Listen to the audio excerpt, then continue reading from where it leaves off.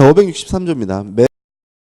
매매객체는 물건이 아니라 재산권이고요. 상대방에게 이전할 것을 약정하고 낙성계약입니다. 따라서 실제로 재산권을 이전해 성립하는 것이 아니라 이전하기로 약정만 하면 성립해요. 그래서 이런 질문도 잘 나와요. 매매는 재산권을 이전하고 대금을 지급함으로써 성립한다. X. 왜냐하면 실제로 이전해야 성립하는 것이 아니라 이전하기로 뭐만 하면요, 약정만 하면 성립하는 거죠. 그 다음에 상대방이 그 대금을, 재산권의 대가는 반드시 대금, 금전이어야 합니다. 만약에 또 다른 재산권을 이전하기로 했다면 그것은 매매가 아니라 뭐가 되죠? 교환이 되는 거죠. 이런 내용이 좌측 하단에 2번 매매 성질에서 나와있으니까 한번 읽어보시기 바라고, 우측에 보시면 매매 성립해가지고 1번 당사자의 합의죠. 다시 말하면 매매계약은 낙성계약이므로 청약과 승낙, 의사의 합치만 있으면 성립하게 되는데, 2번 매매 성립에 있어 특직해가지고 뭐가 나오냐면 매매의 예약이 나와요. 의의는 미리 본계약을 체결하기로 약정하는 것을 우리가 뭐죠? 매매의 예약이라고 하고요. 2번 성질, 예약도 물론 뭐죠? 계약이고, B번 예약은 물론 채권 계약인데 3번 종류가 나와요. 중요한 부분은 아닌데요. 자, 이런 문제입니다. 예약을 함으로써 승낙을 해줘야 할 의무가 발생했는데, 요 승낙을 해줘야 될 의무가 한쪽 당사자에게만 있으면 편무예약, 승낙해줘야 될 의무가 양쪽 당사자 모두에게 있으면 쌍무예약, 이렇게 되고요. 예약을 함으로써 일방적으로 본계약을 형성시킬 수 있는 예약 완결권이라는 권리가 생길 수가 있는데요. 이 예약 완결권이 한쪽 당사자에게만 있으면 일방예약, 양쪽 당사자 모두에게 있으면 뭐가 되냐면 쌍방예약이 돼요. 일단 예약 완결권은 일방적으로 본계약을 형성시키는 형성권이거든요. 여기서 이제 문제가 생겨요. 어떤 문제가 생기냐면 우리가 예약을 굉장히 많이 하죠. 뭐 식당 갈 때도 예약하고 뭐 극장 갈 때도 예약하고 그러잖아요. 그럼 예약을 많이 하는데 우리는 예약을 할 뿐이지 예약을 하면서 어떤 종류 예약인지는 뭐 하지 않아요? 정하지를 않아요. 그냥 뭐만 해요? 예약만 하죠. 그러면 요 네 가지의 원칙이 필요한데 뭐가 원칙이냐면 일방 예약이 원칙인 거예요. 따라서 별말 없이 예약을 하게 되면요, 예약 완결권이 생기고 요 예약 완결권은 한쪽 당사자에게만 있는 거예요. 자, 이런 의미가 됩니다. 예를 들어 우리가 점심 먹기로 약속했어요. 그죠? 그래가지고 식당에 전화해가지고 여기 학원인데요, 저희 10석 좀 예약할게요. 이렇게 예약을 하면, 예약을 하고 가면 저희가 가가지고 저희 왔습니다, 밥 주세요 그러면 무조건 밥을 줘야 되는 거죠. 왜요? 예약을 했으니까. 그쪽에서 음식이 떨어졌다는 둥, 자리가 없다는 둥 뭐 하지 못해요? 거부를 못하는 거예요. 다시 말하면 우리는 일방적으로 본 계약을 체결시킬 수 있는 뭐가 있는 거죠? 예약 완결권이 있는 거, 우리에게는. 근데 문제는 우리가 안 가면 그만인 것이지, 식당 아줌마가 전화해가지고 아저씨 밥 드세요 그러면 우리가 무조건 밥을 먹어야 되는 것은 아니다. 왜냐하면 예약 완결권은 누구에게만요? 한쪽 당사자, 우리에게만 있는 것이 뭐죠? 원칙이 때문에. 그래서 첫 번째 기억할 것은 우리는 원칙이 뭐죠? 일방 예약이므로 예약 완결권은 뭐죠? 한쪽 당사자에게만 있는 거죠. 그래서 넘겨보시면 4번 매매 뭐가 나와요?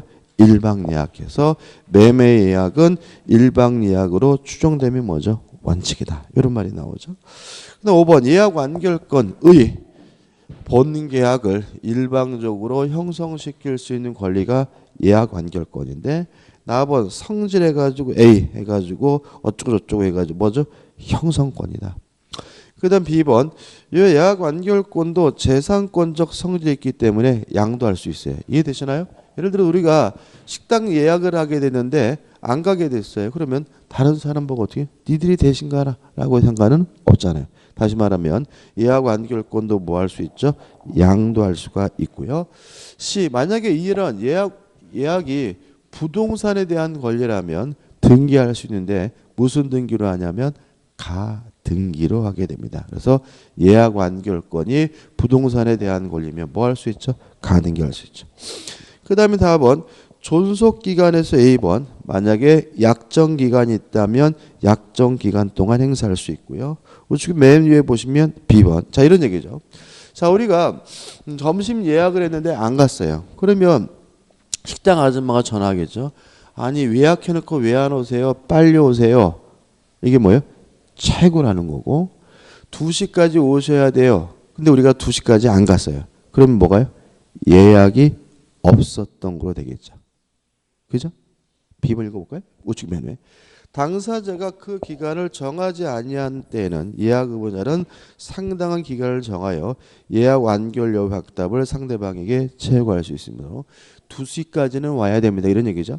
그 기간 내에 확답을 받지 못하면 예약은 그 효력을 상실한다. 다시 말하면 2시까지 가지 않으면 예약 효과가 어떻게 해요? 없어진다. 이런 얘기겠죠. 그 다음에 예약 완결권은 형성권이기 때문에 뭐에 걸리냐면 제척기간에 걸리고요. 제척기간은 10년이 됩니다. 다음은 행사 방법 특별한 제한은 없죠. 상대방에 대한 일방적 의사표시를 하게 되고요. 판례는 의미가 없어요. 그 다음에 넘겨보시면 대표예지가 나오죠. 매매 일방 예약에 관한 설명으로 옳은 것은 1. 매매 일방 예약은 물권 계약이다. X. 채권 계약입니다. 2번 매매 일방 예약은 상대방이 매매를 완결할 의사를 표시한 때에 매매 효력이 생긴다. 맞죠. 왜냐하면 예약 완결권은 형성권이고 형성권은 뭐죠? 일방적으로 행사하는 거니까요. 답은 2번이죠. 3번 예약 완결권 행사 기간 내 행사했는지 간에 당사자의 주장이 없다면 법원은 이를 고려할 수 없다. X입니다. 제척 기간이기 때문에 직권으로 고려하게 되고요. 그 다음에 4번 매매 예약이 성립한 이후 상대방이 예약 완결권 행사 전에 목적물이 전부 멸실되어 이행 불능이 된 경우에도 예약 완결권 행사할 수 있다. X죠. 이행 불능이 됐다면 예약 완결권 행사할 수가 없겠죠. 5번 안 읽어볼 겁니다. 예약 완결권 형성권이기 때문에 제척 기간이 걸리는데 그 기간은 5년이 아니라 10년이기 때문에 5번 더 먼저 X가 되는 거죠. 그 다음 2번 계약금이 나오죠. 계약금은 대단히 중요합니다. 그러니까 우리가 매매 경우에는 2문제 내지 3문제가 나오는데 첫 번째 나오는 것이 계약금이고요. 계약금은 좀 까다롭게 나오는 편이기 때문에 조심하셔야 돼요. 먼저 생각을 해보면 좀 정리를 하고 교재를 보면 계약금 계약은 요물 계약이고 매매와 별개의 계약이란 말을 그동안 많이 했죠. 일단 계약금의 성질을 좀 정리해 봐야 되는데 성질, 기능, 역할이거든요. 첫째, 계약금은 증약금으로서의 성질을 띱니다. 증약금이란 말은 뭐냐면 계약이 체결됐음을 증거하는 금전이란 뜻이고요. 증약금적 기능은 모든 계약금의 공통된 기능입니다. 따라서 계약금이 수수가 되면 일단은 무슨 기능을 수행하냐면 증약금적 기능을 수행해요. 그 다음에 두 번째, 계약금은 해약금으로서의 기능을 수행할 수가 있는데 해약금이란 말은 뭐냐면 계약을 해제할 수 있는 금전 이런 뜻이에요. 자, 이런 얘기죠. 자, 우리가 매매 계약을 하면서 계약금을 안 줬어요. 그러면 계약금을 이유로 계약을 뭐 할 수 없어요? 해제할 수 없죠. 근데 만약에 계약금을 줬다면 준 사람은 포기하고 받은 사람은 배액을 상환하고 계약을 뭐 할 수 있어요? 해제할 수 있어요. 그럼 결국은 계약금은 계약을 뭐 할 수 있게 해주는 거예요? 해제할 수 있게 해주는데 이게 뭐죠? 해약금적 기능이고요. 해약금적 기능은 우리 민법이 원칙적 기능이라고 합니다. 따라서 별말 없이 계약금이 수수가 되면 일단 해약금은 원칙적 기능이 되는 거죠. 내용은 이렇습니다. 준 사람, 일반적으로 누구를 말하는 거죠? 매수인을 말하겠죠. 포기하고 받은 사람, 일반적으로 누구를 말하는 거죠? 매도인죠. 100, 2배를 상환함으로써 해약금을 위한 해제가 가능한데, 주의하실 것은 해약금에 의한 해제를 하기 위해서는 아무 때나 할 수 있는 것은 아니고 이행 착수 전까지만 할 수가 있거든요. 근데 이행 착수 시기에 대해서 우리 판례는 언제를 보냐면 중도금 지급시로 보죠. 따라서 중도금이 지급됐다면 이행에 착수가 있으므로 해약금을 이유로 계약을 해지할 수는 없고요. 중도금이 지급되기 전까지만 해약금을 이유로 계약을 뭐 할 수 있어요? 해지할 수가 있는데, 해지가 되면은 계약은 소급해서 무효가 된다, 실효가 돼요. 근데 문제는 이행 착수 전이죠. 이행한 것이 없죠. 따라서 원칙적으로 무슨 문제가 발생하지 않냐면 원상 회복 문제가 발생하지 않고요. 또 해약금에 의한 해제는 뭐가 아니죠? 채무 불이행이 아니죠. 따라서 해약금을 이유로 해제한 경우에는 별도로 뭘 청구하지 못하냐면 손해배상을 청구하지 못하겠죠. 교재 이제 판례들이 나와 있는데 어떤 판례냐면 요거예요. 자, 중도금 지급 전까지만 해약금을 이유로 계약을 해지할 수 있는데 두 가지를 주의하시는데, 첫째, 자 이런 겁니다. 제가요 땅을 2억에 샀어요. 2억에 샀는데 계약금 줬거든요 지금. 근데 갑자기 땅값이 2배가 올랐어요. 그러면 제 입장에서는 뭐죠? 아싸죠. 띵화죠, 그죠? 근데 문제는 2배가 오르니까 갑자기 어떤 생각이 드냐면 매도인 측에서 계약금에 100을 주고 계약을 해지할까봐 겁나요. 그러면 계약금을 2배를 주고 계약을 해제 못하게 막으려면 뭘 주면 되는 거죠? 중도금을 주면 되는 거잖아요. 근데 문제는 중도금을 주기로 한 날이 아직도 보름이나 남았어요. 그러면 오늘 주면 되는 거예요? 아니면 보름 지나야 줄 수 있는 거예요? 지금 어떤 상황이에요? 지금 어떤 상황이죠? 땅값이 너무 많이 올라가지고 계약금을 이유로 계약을 해지 못하게 막고 싶어요. 그죠? 근데 지금 중도금을 주기로 한 날이 뭐죠? 보름이나 남았어요. 오늘 주면 돼요? 아니면 보름 후에 줘야 돼? 언제 줘야 돼? 오늘 주면 돼요? 예. 이행기가 도래할 필요가 없다. 다시 말하면 이행기가 도래하지 않았더라도 당장 주면 되는 거예요. 굳이 보름 동안 기다릴 필요가 없고 잽싸게 뭐죠? 주면 되는 거죠. 두 번째입니다. 그래서 중도금을 빨리 오늘 주려고 하는데 중도금이 얼마냐면은 1억 원이에요. 1억 원인데 문제는 통장에 있는 돈을 탈탈 털어보니까 얼마밖에 없냐면 500만 원밖에 없어요. 그러면 1억을 다 줘야 돼요? 아니면 500만 원만 주면 돼요? 계약금으로 계약을 해지하지 못하게 막으려면 500만 원이죠. 그죠? 다시 말하면 이행 착수라는 말은 이행 시작 전인 거거든요.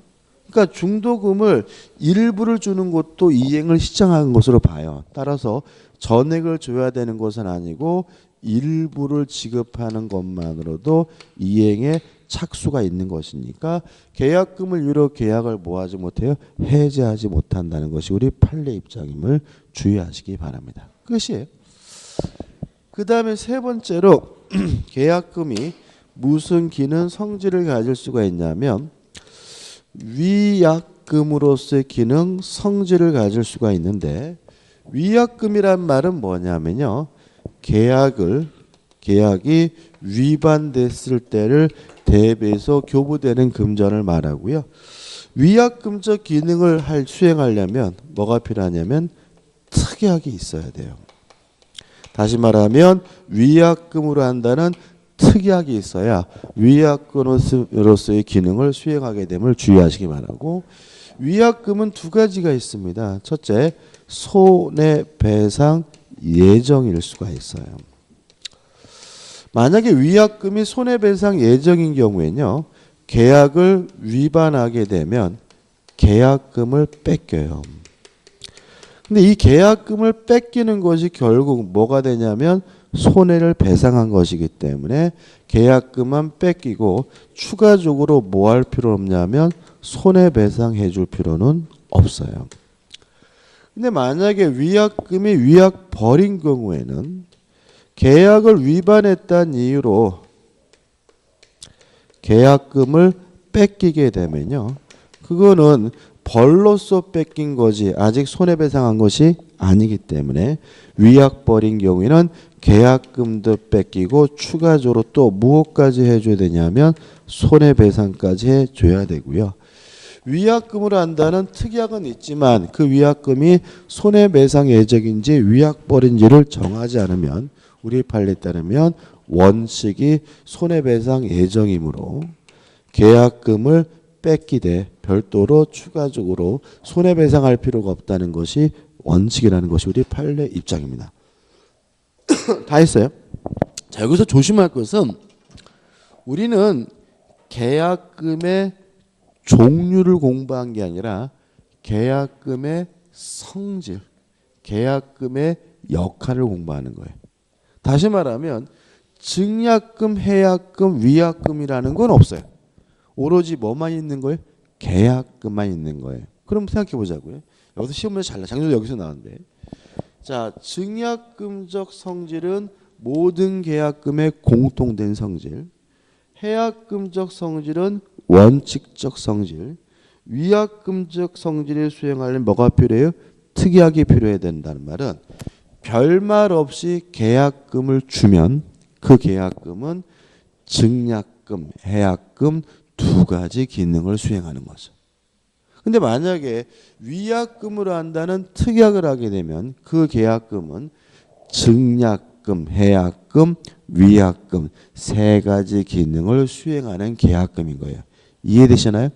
이거를 만약에 종류로 이해하셔가지고 증약금이라는 게 별도로 있고 해약금이라는 게 별도로 있고 위약금이라는 것이 별도로 있다라고 이해하시면 이게 완전히 뭐가 돼버려요? 삼천포가 되고요.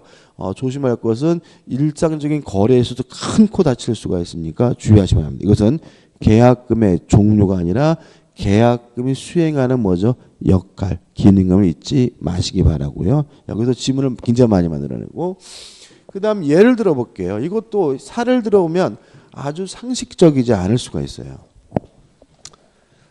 갑이라는 사람이요, 아파트를 가지고 있는데 을과 만나가지고 예를 들어서 3억에 매매 계약을 했어요. 그리고 을이 갑에게 계약금 3천만 원을 지급했어요. 3천만 원을 지급하면서 요 계약금을 위약금으로 한다라는 뭘 했냐면 특약을 했어요. 어떤 상황인지 아시겠죠? 그죠? 그리고 나서 을이 계약을 잘못했다는 사실을 깨달았어. 아이고, 아파트 잘못 샀구나. 그럼 우리나라 대한민국 남성들이 주로 뭐 하죠? 술 먹죠. 이런 그저저 잘못 산 얘기죠. 그리고 두 번째 뭐 하죠? 마누라 괴롭히죠. 당신 때문에 내가 잘못 샀잖아. 그러면서 중도금을 주기로 한 날 중도금을 안 주고 뭉개는 경우가 있어요. 아이씨. 그러면서 뭐라 그래? 아이씨, 계약금 3천만 원 날렸네, 바보같이. 지 혼자만 생각하는 경우가 있어요. 이렇게 되면 중도금을 주기로 한 날 중도금을 안 주면 계약을 뭐 한 거죠? 위반한 거죠. 따라서 위약금 특약이 있기 때문에 갑으로부터 3천만 원을 내가 뺏어간다, 몰취하겠다라는 내용 증명이 오게 돼요. 그리고 나서 갑이 을에게 중도금을 달라고 청구하네요. 이때 을은 중도금을 줘야 됩니까? 줄 필요가 없습니까? 줘야 됩니다. 자, 왜냐하면 위약금으로 한다는 특약을 하게 되면 이 계약금은 증약, 계약금, 해약금, 위약금 세 가지 성질을 갖는 거잖아요. 따라서 중도금을 안 준다는 이유로 계약금을 뺏어간 것은 위약금으로서의 기능이 발휘된 거예요.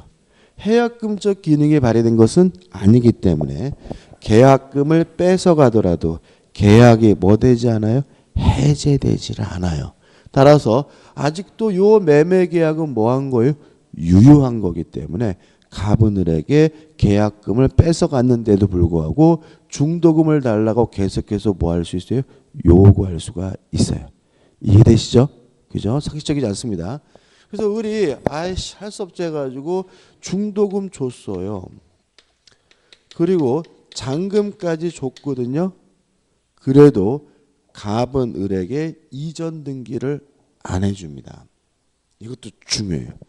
자, 우리가 이 계약금은 원래 보증금적 성질이 있기 때문에 매매 계약이 원만하게 다 이루어지게 되면 마지막에 갑은 계약금을 돌려줘요. 자, 그러면 실무적으로 계약금을 돌려주고 있나요? 안 돌려주나요? 실무적으로 돌려줍니다.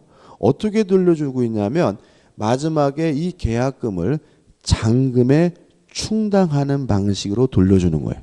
무슨 아시겠어요? 그죠?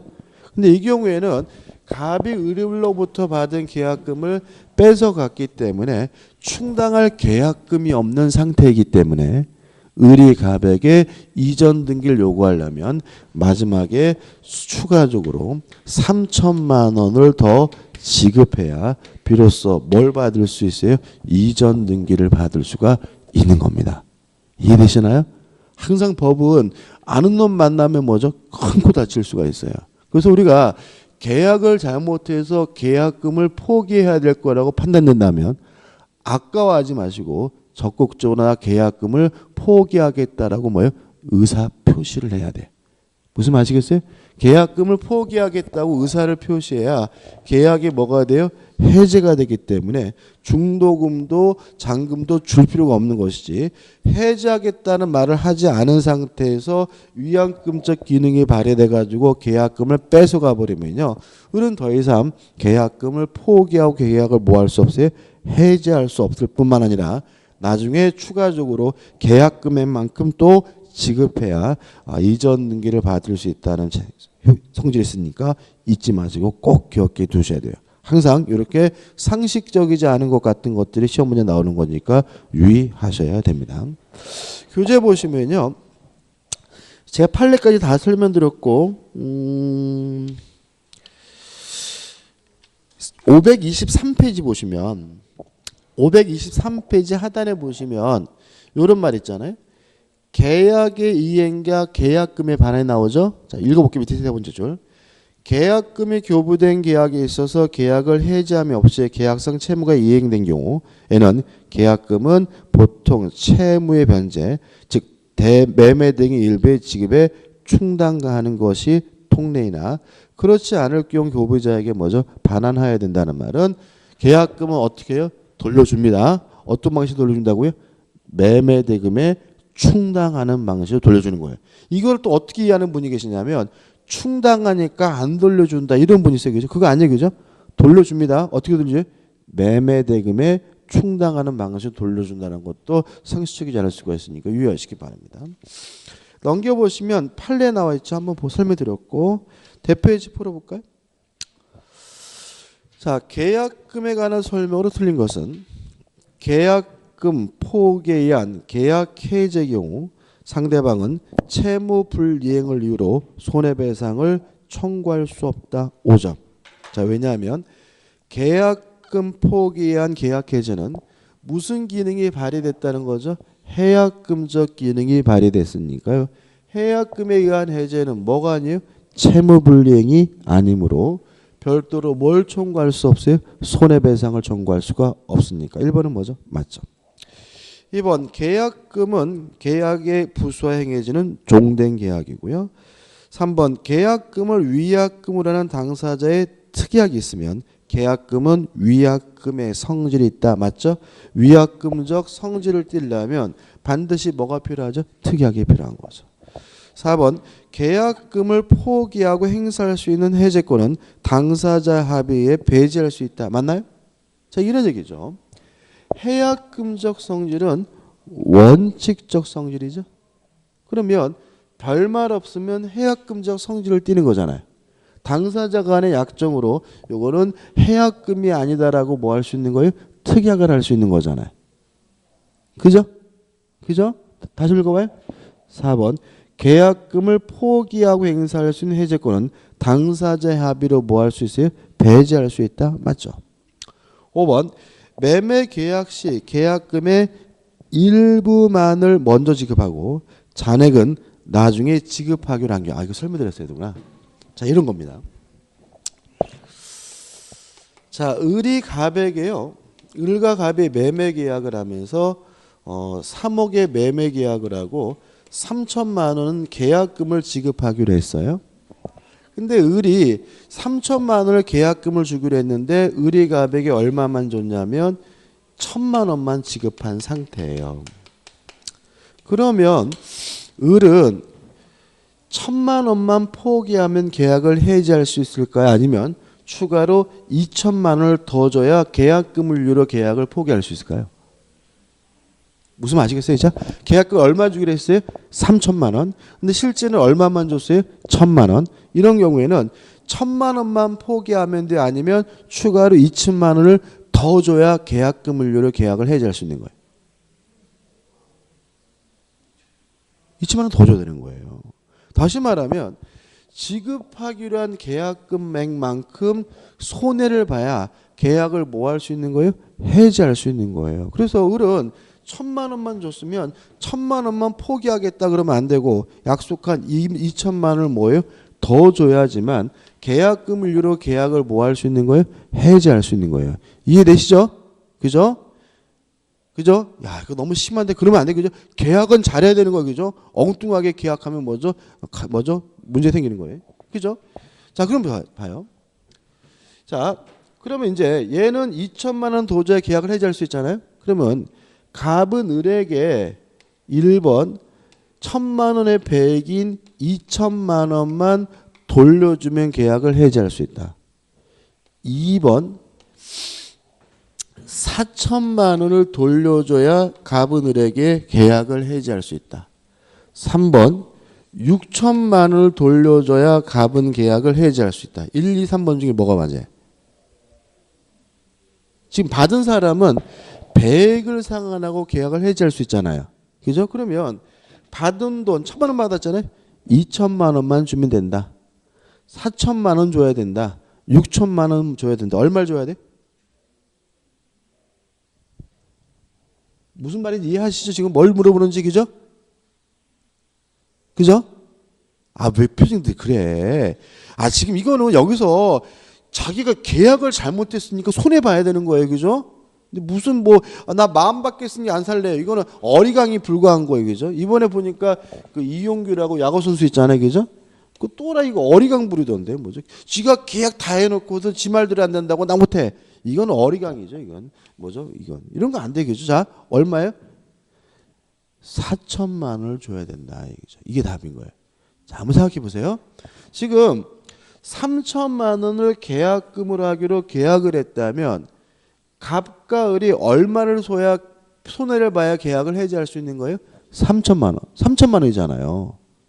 그러니까 얘는 1,000만 원이 아니라 2천만 원 추가로 줘야 계약을 해지할 수 있는 거잖아요. 그럼 얘가 갑으로부터 지금 얼마만 받았어요? 1,000만 원만 받았죠? 얼마 돌려줘야 3천만 원 손해보는 거예요? 4천만 원 돌려줘야 3천만 원 손해보는 거잖아요. 무슨 말 아시겠어요? 그죠? 지금 계약금을 얼마를 했어요? 3천만 원으로 가기로 했다는 말은 갑이든 을이든 얼마를 손해봐야 계약을 해지할 수 있다는 거예요? 3천만 원 손해봐야 계약을 해지할 수 있다는 얘기예요. 근데 지금 계약금이 실제로 얼마만 지급됐어요? 1,000만 원만 지급됐다면 갑이 을에게 얼마를 돌려줘야 3천만 원 손해보는 거예요? 4천만 원 돌려줘야 3천만 원 손해보는 거지. 그 답이 뭐예요? 2번 4천만 원이 되는 거죠. 5번. 매매 계약 시 계약금의 일부만을 먼저 지급하고 잔액은 나중에 지급하기로 한 경우 매도인은 실제 받은 일금액의 100을 상환하고 요 사례에서 뭐죠? 2천만 원만 돌려주고 매매 계약을 해지할 수 있다는 지분은 뭐죠? X가 되는 거죠. 다시 말하면 실제 받은 돈이 아니라 약정한 계약 금액만큼 손해를 봐야 계약을 해지할 수 있다는 것이 우리 판례 입장임을 주의하시기 바랍니다. 3번 매매 계약 비용의 부담 반씩 부담합니다. 다만 등기 비용은 매수인이 부담하고요. 3. 매매 효력에서 1번 매도인의 의무에서 1. 재산권을 이전할 의무가 있어 가 권리를 이전해 줘야 되고요. 넘겨보시면 나오는 내용은 뭐냐면 완전한 권리를 넘겨줘야 된다는 말이 나오고 그 다음에 4번 목적물을 인도해 줘야 되는데 중간에 뭐가 나오냐면 과실 문제가 나와요. 이것도 중요합니다. 자, 생각을 해보죠. 자, 매매 계약을 하고요. 인도하기 전이라면 매매 목적물을 누가 점유하고 있냐면 매도인이 점유하고 있으니까 과실은 매도인이 수취합니다. 다만 인도 후에는 누가 점유해요? 매수인이 점유하므로 인도 후에는 매수인이 과실을 수취합니다. 여기서 조심할 것은 뭘 기준으로 해요? 인도를 기준으로 해요. 문제는 뭐라고 나오겠어요? 등기라고 나오겠죠. 등기 전이면 매도인이 과실을 수취한다. X. 등기가 아니라 뭐예요? 인도입니다. 인도하기 전에는 매도인이, 인도 후에는 누가요? 매수인이 과실을 수취합니다. 다만 예외가 있는데 인도받기 전이라도 매수인이 대금 지급을 완납했다면 이때는 매수인이 뭘 수취하냐면 과실을 수취한다는 예외를 인정해요. 따라서 매수인이 목적물로부터 생긴 과실을 수취하려면 둘 중에 하나를 해야 돼요. 인도를 받든지 대금 지급을 완납하든지죠. 예를 들어서 제가 개를 샀어요. 개를 한 마리 샀는데 개가 새끼를 뱉대요. 근데 제가 날짜를 계산해 보니까 인도 받기 전에 개가 새끼를 낳을 것 같아요. 그러면 그 강아지는 누구 거예요? 매도인 거니까 저는 뭐만 받아요? 엄마 개만 갖고 강아지는 받을 수가 없는 거잖아요. 그죠? 근데 제가 그 강아지를 꼭 갖고 싶어요. 요새는 댕댕이라 그러던데. 그러면 잽싸게 뭐 하면 돼요? 매매 대금을 입금하면 된다. 왜냐하면 인도 받기 전이라도 매수인이 뭐 하면요? 대금 지급을 완납하면 누가 과실을 갖습니까? 매수인이 과실을 갖게 되는 거죠. 판례까지 설명드렸고 그 다음에 4번 매매 계약은 쌍무 계약이니까 쌍방의 의무는 뭐가 돼요? 동시 이행 관계다. 이런 얘기죠. 그 다음 우측에 보시면 매도인이 뭐가 나와요? 담보 책임이 나옵니다. 무조건 시험 문제 나옵니다. 담보 책임은. 담보 책임 무조건 시험이 나오는데 일단 잠깐 볼게요. 527페이지부터 시작을 해가지고 몇 페이지까지냐면 535페이지까지야. 그러니까 이게 양이 어마어마하죠. 꼴랑 몇 문제가 나와요? 한 문제. 그러니까 이게 반드시 나오는데도 불구하고 양이 많기 때문에 좀 째요. 이거를 열심히 해야 될 것인데 대해서 좀 고민스럽고 그 다음에 이게 제가 수업을 해보면 자세히 한다 그래서 맞추는 것도 아니더라고요. 자세히 하면 굉장히 어려워요. 그래서 내용은 보지 마세요. 그러니까 내용 보지 마시고 설명도 안 드릴 거예요. 교재 536페이지 오시면 그래서 뭐로 정리했냐면 박스로 정리했어요. 박스로 정리해 놓은 이유는 뭐겠어요? 양이 많으니까 그죠? 근데 문제는 이 박스를 좀 외우셔야 되는데 박스도 잘 안 외우시세요. 그래서 일단 오늘은 박스보다도 더 양을 줄일 거예요. 그래서 지금 제가 정리해 드리는 것만 기억하셔도 문제는 충분히 풀 수가 있는데 너무 낯설기 때문에 교재 내용을 읽어보지 마시고 영원히 읽을 필요 없어요. 그죠? 박스는 좀 보셔야 돼요. 자, 그럼 정리해 볼게요. 자, 박스를 볼 건데 일단 매도인의 담보 책임 해가지고 첫 번째 기억해야 될 것은 매도인에게 아무런 고의도 과실도 요구하지 않는 무과실 책임이다. 이게 첫 번째 기억할 거예요. 자, 이런 문제입니다. 제가 자동차를 샀는데요. 자동차가 브레이크가 제대로 안 들어요. 그러면 이거는요, 일단 자동차를 받게 됐는데 완전한 자동차를 받은 게 아니기 때문에 불완전 이행인 거예요. 그래서 뭐가 되냐면 채무 불이행인 거예요. 자, 저번 주 기억나시나요? 할 수 있는데 안 하는 채무 불이행이 뭐예요? 이행지체. 할 수 없어서 못하는 게 뭐예요? 이행불능. 하긴 했는데 완전하지 않은 게 뭐죠? 불완전 이행. 이게 뭐였어요? 채무 불이행이었잖아요. 그래서 제가 자동차를 받긴 했는데 자동차가 제대로 작동하지 않는다면 불완전 이행이니까 뭐로 가는 거죠? 채무 불이행으로 가게 되는데, 문제는 채무 불이행은 뭐냐면 고의나 과실로 채무를 이행하지 않거나 못하는 것이니까 뭐가 필요하냐면 고의 과실이 있어야 돼. 그럼 저는 현대자동차의 고의 과실을 입증해야 채무 불이행 책임을 물을 수 있다는 얘기인데 불가능하죠. 제가 어떻게 그걸 입증해? 그래서 요 채무 불이행만으로는 매수인 보호가 충분치 않기 때문에 따로 뭘 만들어 두고 있는 거예요? 담보 책임을 만들어 놓은 거고요. 담보 책임은 매도인에게 뭘 요구하지 않습니까? 고의나 과실을 요구하지 않는 무과실 책임인 거예요. 따라서 만약에 자동차가 제대로 작동하지 않는 것에 대해서 현대자동차의 고의 과실을 제가 입증했다면 현대자동차에게 채무 불이행 책임을 물을 수가 있지만, 만약에 고의 과실을 입증하지 못하더라도 최소한 뭐는 물을 수 있는 거예요? 담보 책임은 물을 수 있는 거다. 왜냐하면 담보 책임은 매도인에게 아무런 고의 과실이 요구되지 않는 뭐예요? 무과실 책임이니까요. 첫 번째 기억해 두셔야 돼요. 그 다음에 그러면 하자가 있다는 말이 뭐냐? 크게 두 가지예요. 권리에 하자가 있는 경우가 있을 것이고 물건에 하자가 있는 경우가 있을 텐데요. 만약에 권리에 하자가 있다면 계약을 해제할 수가 있고요. 또 손해배상도 청구할 수가 있고요. 일정한 경우에는 대금 감액을 청구할 수가 있어요. 이게 담보 책임의 내용이죠.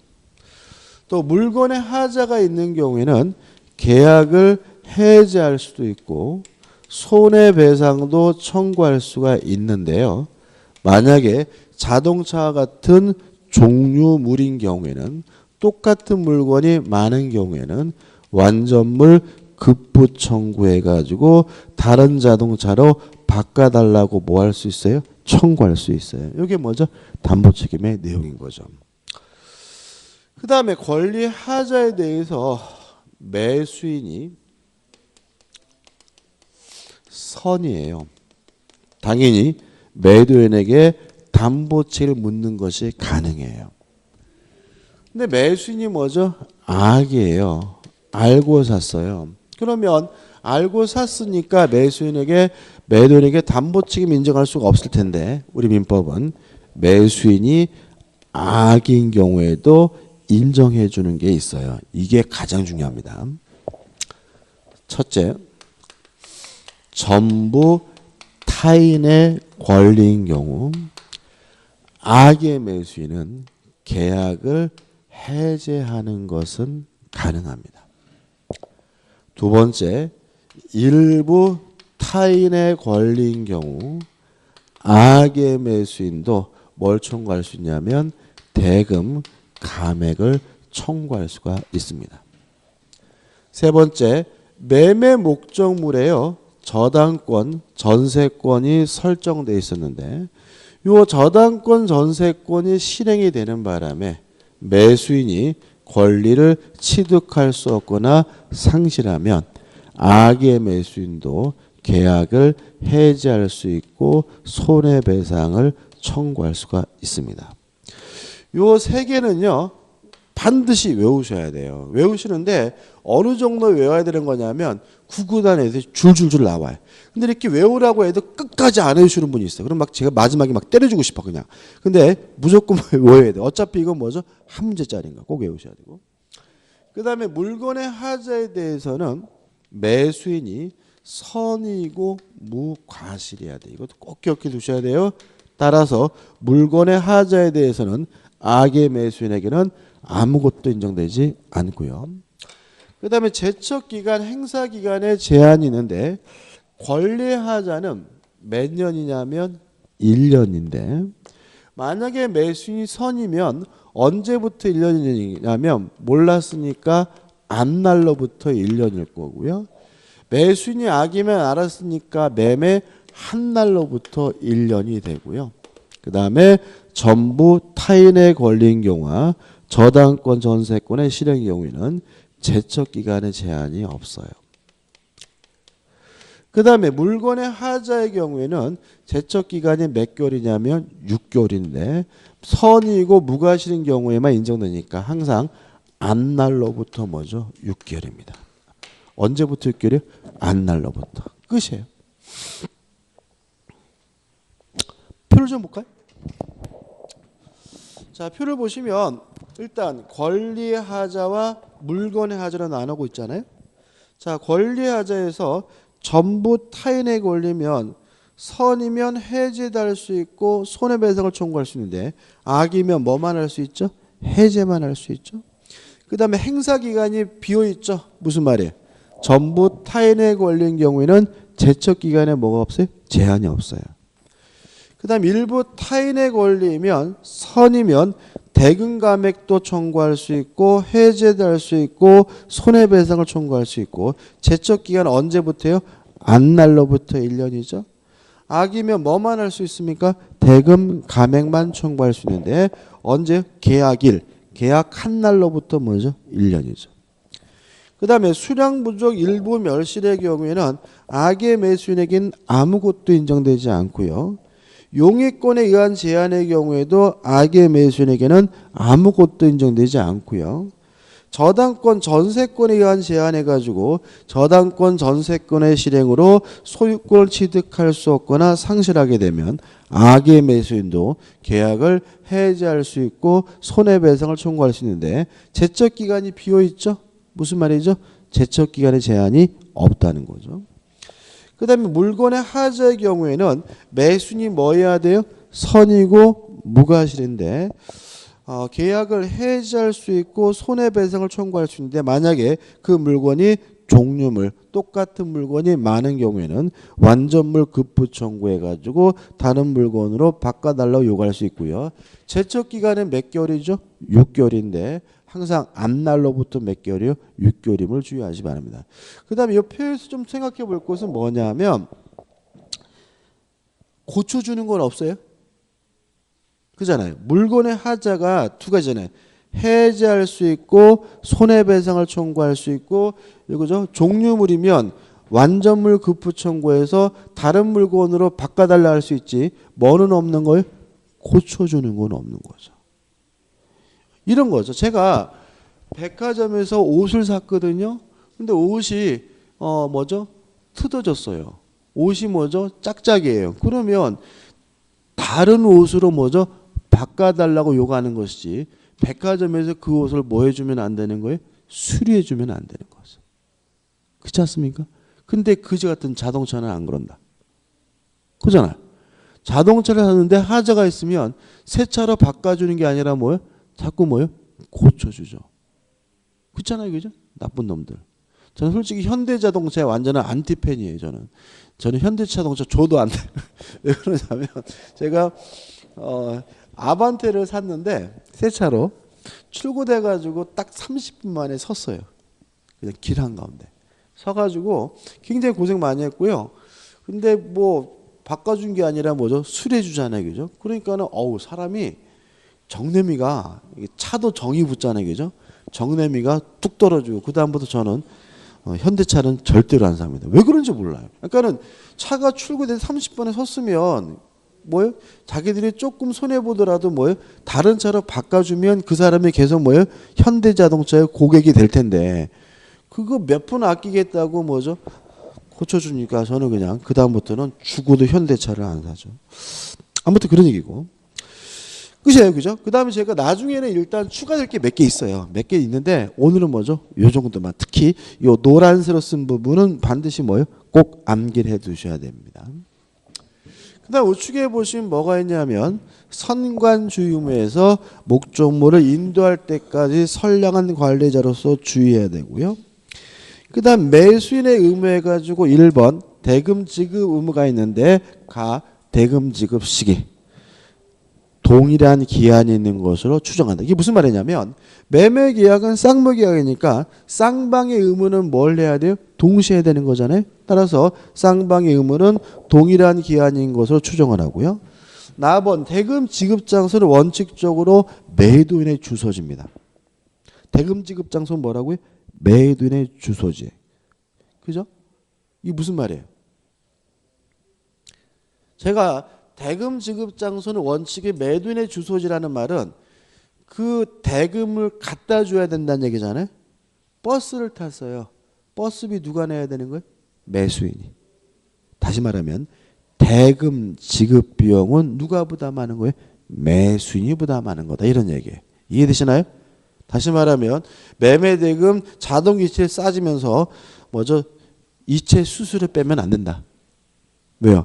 매도인의 주소지가 대금 지급 장소라는 말은 대금 지급 비용은 누가 부담해야 돼요? 매수인이 부담해야 된다. 이런 의미가 되고요. 다만 예외가 있어요. 인도와 동시에 대금을 지급하는 경우에는 예외적으로 뭐죠? 인도 장소가 되는 거죠.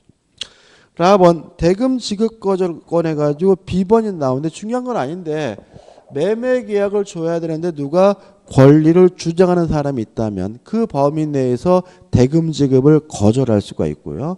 이러한 매수인의 대금 지급 거절에 대해서 매도인은 담보를 제공하고 대금 지급을 청구하거나 아니면 법원에다가 공탁해 줄 것을 요구할 수가 있고요. 이번 목적물을 뭐 할 의무가 있냐면 수령할 의무가 있습니다. 넘겨보시면 뭐가 나오냐면 대표해제가 나와요.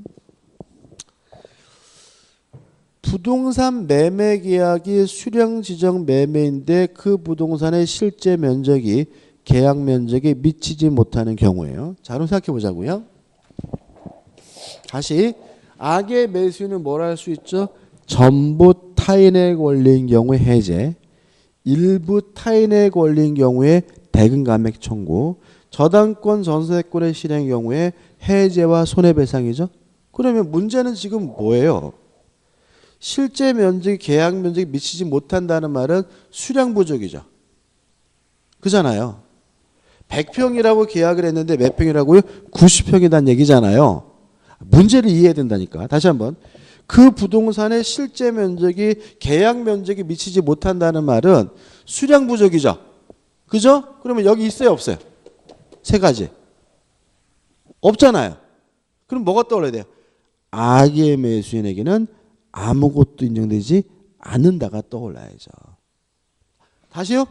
자, 악의 매수는 뭐만 할 수 있다고요? 전부 타인에 걸리면 뭘 할 수 있어요? 계약 해제. 일부 타인에 걸리면 뭘 할 수 있어요? 대금 감액 청구. 저당권 전세권의 실행으로 권리를 취득할 수 없으면 해제와 손해배상을 할 수 있잖아요. 수량 부족의 경우에는 악의 매수인에게 아무것도 인정되는 게 없잖아요. 그러면 답이 나오는 거죠.